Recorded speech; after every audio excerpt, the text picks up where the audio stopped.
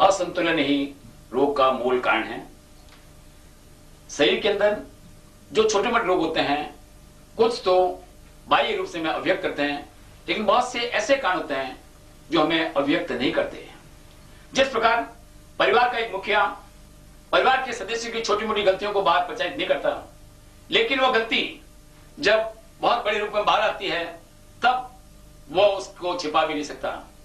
इसी प्रकार शरीर के कुछ ऐसे संतुलन हैं जिन्हें यदि हम कर लें, जैसे कि हमारे दोनों पैर बराबर है या नहीं, हमारी जो स्पाइन है वो बराबर है या नहीं, गर्दन बराबर है या नहीं, गर्दन बराबर है या नहीं, ये सारी बातें यदि हम कर लें तो हम हमारी जीवन की यात्रा को आसानी से चला सकते हैं। गाड़ी कितनी भी अच्छी हो, ड्राइवर कितना भी अच्छा हो, यदि चक्के के अंदर हवा नहीं होगी तो हम अपने लक्ष्य को प्राप्त नहीं कर सकते। जिस प्रकार खेती करने से पहले खेत की सफाई आवश्यक है, खेत में हल जोतना आवश्यक है, खेत में खाद देना आवश्यक है, उसके बाद में जो बीज बोता है, देखभाल करता है, वह व्यक्ति अच्छी फसल ले सकता है। ठीक उसी प्रकार शरीर स्वास्थ्य को प्राप्त करने के लिए शरीर के अंदर कुछ ऐसे असंतुलन हैं जो हमें सीधे ध्यान में नहीं आते, लेकिन जब तक उनको ठीक नहीं किया जाता तब तक हमें अपेक्षित परिणाम नजर नहीं आते।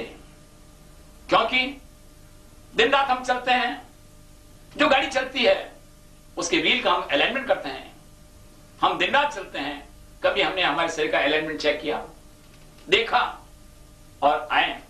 हम उन तथ्यों की तरफ भी थोड़ा सा ध्यान कर उन्हें कैसे ठीक किया जाए उस प्रक्रिया को समझने का प्रयास करें। शरीर के असंतुलन से सबसे पहले चित्त की प्रसन्नता कम होती है, उसके पश्चात मन और मस्तिष्क में नकारात्मक सोच आने लगते हैं, तत्पश्चात रोग के लक्षण शरीर पर प्रकट होने लगते हैं। शरीर की तुलना हारमोनियम अथवा वीणा से की जा सकती है। यदि हारमोनियम और वीणा का कोई तार ढीला या तंग हो तो स्वर बेसुरा निकलता है। ठीक उसी प्रकार जब तक चित्त, मन और शरीर संतुलित नहीं होता, पूर्ण स्वास्थ्य की प्राप्ति नहीं हो सकती। जब शरीर में जो आवश्यक हो उसका अभाव और जो अनावश्यक हो उसमें वृद्धि होने लगती है तो असंतुलन की स्थिति उत्पन्न होती है। शरीर अविभाज्य है, अतः शरीर के किसी भाग की खराबी अथवा असंतुलन से प्रत्यक्ष अथवा अप्रत्यक्ष रूप से पूरा शरीर प्रभावित होता है। शरीर की चाल बदल जाती है और बाह्य शारीरिक विकास असंतुलित होने लगता है, जैसे मोटापा अथवा शरीर का बेढंगा होना, उठने, बैठने, खड़े होने, सोने अथवा चलने फिरने के गलत ढंग से शरीर की प्रक्रियाओं पर प्रतिकूल प्रभाव पड़ता है। यदि किसी साधारण बुद्धिमान व्यक्ति के पास राष्ट्र के उत्थान की कोई विशेष योजना हो और यदि ऐसा व्यक्ति राष्ट्र के सबसे बड़े नेता को अपनी योजना से अवगत कराना चाहे तो साधारणतया उस व्यक्ति को मिलने नहीं दिया जाता, और यदि वह बुद्धिमान व्यक्ति जबरदस्ती नेता से मिलने का प्रयास करे तो उसको पागल समझ कैद कर लिया जाता है, भले ही वह व्यक्ति मूर्ख अथवा पागल न भी हो। देश के सर्वोच्च नेता तक अपनी बात पहुंचाने की साधारण सी प्रक्रिया होती है, जिसमें नीचे से ऊपर क्रमबद्ध ढंग से योजना बतलाई अथवा समझाई जाती है। ठीक उसी प्रकार रोग के नेता का सीधा उपचार करना कभी कभी असंगत और तुरंत प्रभावकारी नहीं भी हो सकता है। आज अधिकांश चिकित्सा पद्धतियां प्राय शरीर में रोग के मूल कारणों, शरीर के रोगों की उपेक्षा कर रोगों के नेता का सीधा उपचार कर अपने आप को प्रभावशाली वैज्ञानिक मान रही है। राजधानी पर सीधा आक्रमण करने वाला और कब्जा करने वाला उस राष्ट्र का शासन शांति से नहीं चला सकता। बैंक में पैसा विड्रॉ करने का भी एक तरीका होता है, हालांकि वो पैसा भले वह हमारे ही क्यों न हो। संतुलन क्या है? हमारा शरीर अपने आप में परिपूर्ण होता है, उसमें रोग से बचने एवं रोग से लड़ने की अपूर्व क्षमता होती है। आवश्यकता है अपनी क्षमताओं को पहचानने, समझने तथा उनका सही उपयोग करने। जितना जितना हम अपनी क्षमताओं एवं प्राण ऊर्जा का अपव्यय अथवा दुरुपयोग करते हैं, उतने उतने हम रोगों को आमंत्रित करने का मार्ग प्रशस्त करते हैं। प्राय हम शरीर की भाषा को समझने का प्रयास नहीं करते, अपने आप को ध्यान से नहीं देखते, शरीर की बाह्य आकृति को समझने का प्रयास नहीं करते। हमारी चाल कैसी है, हमारा शरीर कोई भाग आवश्यकता से अधिक ठंडा अथवा गर्म तो नहीं है, शरीर की किसी भाग की त्वचा का रंग तो नहीं बदल गया है, हमें भूख, प्यास, निद्रा निमित्त और आवश्यकता के अनुरूप आती है अथवा नहीं, हमारा मल मूत्र विसर्जन बराबर है अथवा नहीं, तथा उसमें कोई परिवर्तन तो दृष्टिगत नहीं होता, आदि ऐसी अनेक बातें हैं जो शरीर की आंतरिक स्थिति का हमें संकेत देती है। शरीर का प्रत्येक भाग और अवयव शरीर के संचालन में सहयोग करता है। जब तक उसमें आपसी संतुलन तालमेल बना रहता है तभी तक हम स्वस्थ होते हैं। संतुलन स्वास्थ्य का कवच है तो असंतुलन रोगों का प्रवेश द्वार। जितना जितना असंतुलन व असहयोग बढ़ता जाता है उतने उतने स्वास्थ्य से व्यक्ति भटक जाता है। अतः प्रत्येक व्यक्ति को अपने शरीर, मन, भाव व विचार में होने वाले सूक्ष्मतम परिवर्तनों का चिंतन करना चाहिए और जहां कहीं असहयोग अथवा असंतुलन की स्थिति ध्यान में आती है उसे सम्यक पुरुषार्थ द्वारा दूर करने का तुरंत प्रयास करना चाहिए। कुछ ऐसे असंतुलन होते हैं जिनकी प्रत्यक्ष अभिव्यक्ति नहीं होती है, अतः हम शरीर में उनकी उपस्थिति को प्राय रोग का कारण नहीं मानते। इसी कारण प्राय अधिकांश चिकित्सा पद्धतियों में उनका संतुलन करना पूर्णतया उपेक्षित होता है, परंतु जिनको बहुत ही सरल ढंग से संतुलित किया जा सकता है, जैसे पथलिका, ठंडा रहना, उठते बैठते, चलते फिरते पीड़ा की अनुभूति होना, एक पैर का बड़ा अथवा दूसरे पैर का छोटा हो जाना, गर्दन और नाभि केंद्रों का अपने स्थान से हट जाना, रीढ़ के मणकों के आसपास अवरोध आ जाने से नाड़ी संस्थान संबंधी रोगों का प्रकट होना, मानसिक तनाव, अपचन, अनिद्रा, थकान, कमजोरी अथवा अन्य किसी भी रोग का हो जाना, जब तक इन असंतुलनों को पुनः संतुलित नहीं किया जाता तब तक कोई भी चिकित्सा पद्धति पूर्ण प्रभावी ढंग से कार्य नहीं कर सकती। फूटे हुए घड़े को साथ समुद्र का पानी भी नहीं भर सकता। बिना चक्के के पूर्ण हवा, अच्छी गाड़ी और अच्छा चालक अपनी यात्रा से पूर्ण नहीं कर सकता। इसी प्रकार तो अब हम देखें कि व्यक्ति का जो भाग है असंतुलन के लक्षण कैसे प्रकट होते हैं। तापक्रम का असंतुलन, शरीर का तापक्रम 58.4 डिग्री रहता है और यदि इस तापक्रम के अंदर शरीर के अंदर यदि ठंडक बढ़ जाए अथवा गर्मी बढ़ जाए तो अभी हमने जैसा कि चर्चा की चंद्र नाड़ी और सूर्य स्वर के द्वारा हम उसको संतुलन कर सकते हैं। स्थानीय पीड़ाओं के अंदर हम यह अनुभव करें कि शरीर का जो भाग रोगग्रस्त है वो भाग कहीं आवश्यकता से अधिक गर्म तो नहीं है, आवश्यकता से अधिक ठंडा तो नहीं है। शरीर का जो भाग रोगग्रस्त है यदि वो भाग गर्म हो तो ठीक उसके समानांतर भाग के अंदर, क्योंकि हमारा शरीर बायां और दाहिना एक जैसा है, यदि यहाँ पर जो रोगग्रस्त भाग में गर्मी है तो हमें क्या करना है, तो जो दूसरा भाग है वहां पर भी हम मसाज कर उसमें गर्मी पैदा करेंगे, दोनों को समान करेंगे और जैसे ही ये संतुलन होगा और रोग ठीक हो जाएगा। शरीर का जो भाग ठंडा है उसके ठीक दूसरी तरफ यदि हम ठंडा से करेंगे तो भी हमें रोग के अंदर राहत मिलेगी।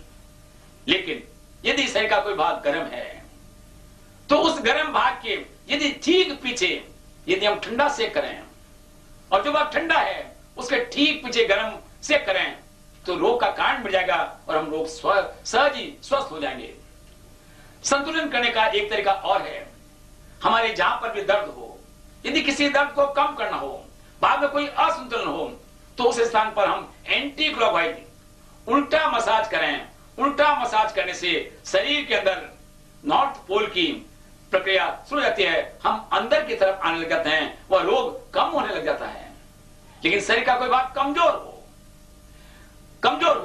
तो उस स्थान पर यदि हम जब क्लॉकवाइज के अंदर अगर हम मसाज करते हैं, सीधा मारते हैं तो वहां पर सक्रियता बढ़ने लग जाती है।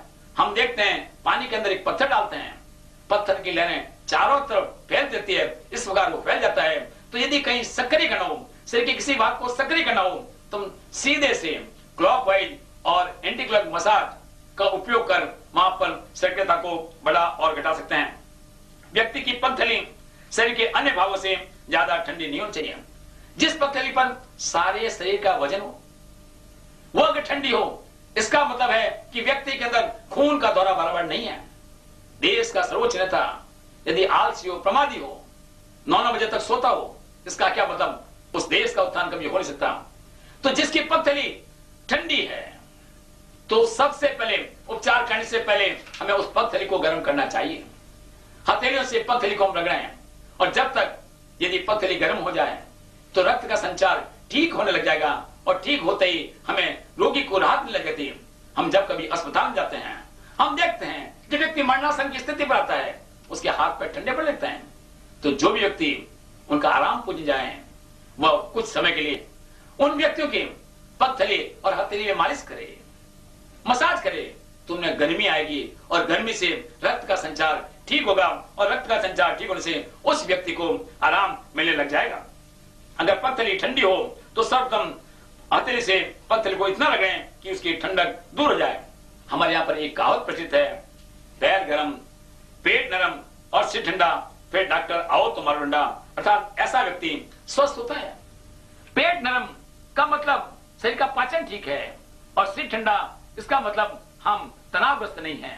जो तनाव मुक्त रहेगा वो व्यक्ति रोगों से सर बच जाएगा। हमारा शरीर दाहिने एवं बाएं दृष्टि से एक जैसा है, परंतु उठने बैठने, खड़े रहने, सोने अथवा चलने फिरते समय प्राय हम अपने बाएं और दाहिने भाग पर बराबर वजन नहीं देते। जैसे खड़े रहते समय किसी एक तरफ थोड़ा झुक जाते हैं, बैठते समय सीधे नहीं बैठते, सोते समय हमारे पैर सीधे और बराबर नहीं रहते, स्वतः किसी एक पैर को दूसरे पैर की सहायता और सहयोग लेना पड़ता है, फलतः पैर के ऊपर दूसरा पैर चला जाता है। ऐसा क्यों होता है? हम किसी भी एक आसन में लंबे समय तक स्थिरता पूर्वक क्यों नहीं बैठ सकते? इसका मतलब हमारा शरीर असंतुलित होता है, हमारे पूर्ण नियंत्रण में रहता है। हम सीधे क्यों नहीं सो सकते? बार बार करवटें क्यों बदलते हैं? निद्रा में पैर के ऊपर पैर क्यों चला जाता है?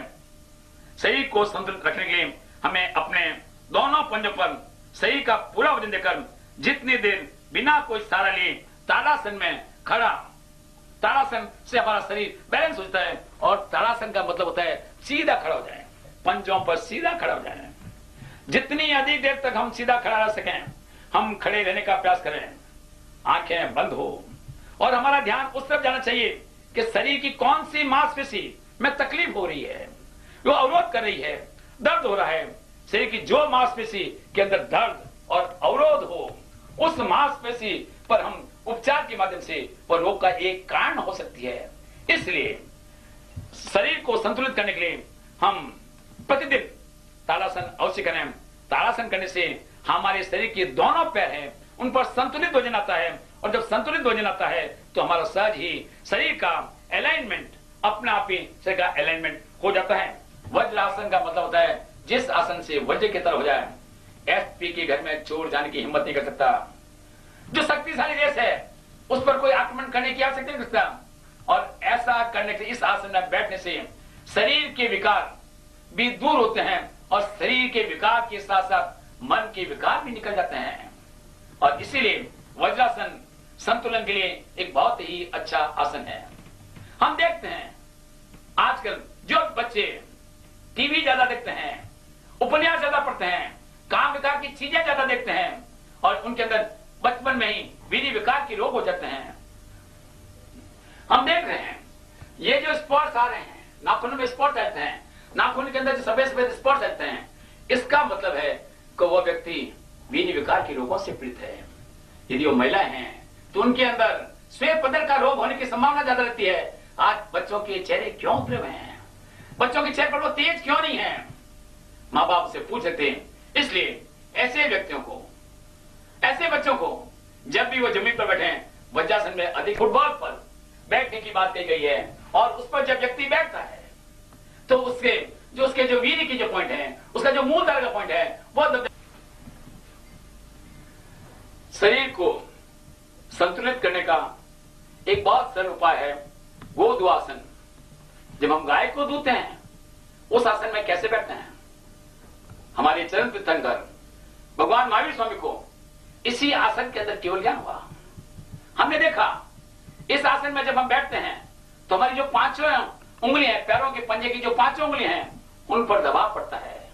व्यक्ति झुककर नहीं बैठ सकता। इस आसन बैठने वाला को सीधा खड़ी कमर ही बैठना पड़ता है। सारा जो हमारा नाड़ी तंत्र है, हमारा मरुदंड है, वो स्वतः अपने आप संतुलित हो जाता है, ठीक हो जाता है।